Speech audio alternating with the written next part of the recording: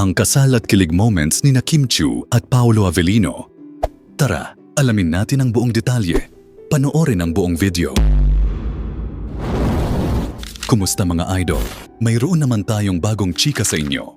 Bago yan, welcome sa channel ni Mr. JV. Maraming fans ang sobrang excited sa mga updates tungkol sa kasal ng Kim Pao. Sa totoo lang, hindi na mapigilan ang kilig ng dalawa ay talagang nakakamangha at patuloy na hinahangaan ng mga tao. Pag-usapan naman natin ang malaking pagbabago kay Paolo Avellino. Ayon sa mga source, makikita na itong mas masaya at mas active sa mga gimmick ni Kim. Para bang ang presensya ni Kim ay nagbigay ng bagong liwanag sa kanyang buhay. Sabi ng isang source, si Kim ay talagang nakapag-boost ng confidence ni Paolo. Iba ang dala ng kanilang relasyon kumpara sa mga nakaraang naging karelasyon ni Paolo. Makikita na ang saya sa kanyang mga mata. Talagang sinusuportahan ni Paolo si Kim sa kanyang mga lakad. Lagi silang magkasama basta't hindi busy si Paolo, ay present siya sa lahat ng events ni Kim.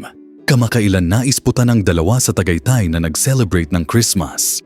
Ayon sa mga fans, ang simpleng paglabas nila ay malaking balita na para sa Kim Pao community.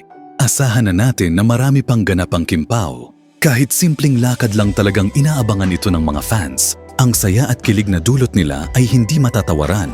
Maraming mga tagahanga at suporta ang Kim Pao. Ipinagdasal ng mga fans na sana ay magtuloy-tuloy na ang kanilang happy ending. Bago matapos ang video na ito, ano ang masasabi niyo sa chika topic natin ngayon? At syempre, inaanyayahan ko kayo na mag-like at share para mas lalo pa mabulabog ang mga marites at parites. Hindi naman ako nagmamakaawa sa inyo mga idol, pero sana maawa na kayo. Hanggang dito na lang ang ating video. Maraming salamat sa pagtambay. Bye-bye!